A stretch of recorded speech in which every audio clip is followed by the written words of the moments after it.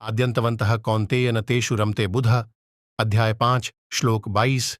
ये जो ही वास्तव में संस्पर्शजा इंद्रियों के विषयों के स्पर्श से उत्पन्न भोगा सुख भोग दुख दुख योनिह का स्रोत एवं वास्तव में तेवे आदि अंतवंतः आदि और अंतवाले कौन्तेय कुंती पुत्र अर्जुन न कभी नहीं तेषु उनमें रमते आनंद लेता है बुध बुद्धिमान अर्थ इन में डूबे हुए लोगों को सावधान करते हैं।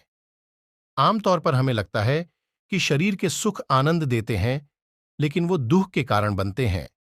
उदाहरण के लिए कोई व्यक्ति चाहे कितना ही धन कमा ले, लेकिन अपने से अधिक धनवान व्यक्ति को देखकर उसे कभी सुख प्राप्त नहीं होता है।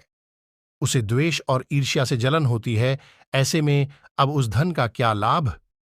उसी प्रकार किसी शराब हर चमकती चीज के पीछे भागता है और बाद में वो उसकी कुद्र ही नहीं करता है।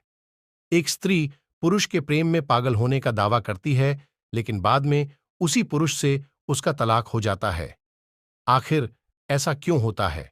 ऐसा इसलिए होता है क्योंकि मनुष्य धीरे धीरे उस भोग से ऊबने लगता है और अंत में उससे स्वयं को दूर कर लेता है और फिर एक नए भोग की तलाश में।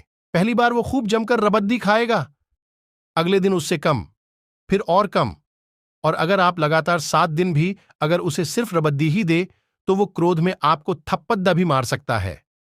यही बुद्धि मनुष्य का नाश करती है।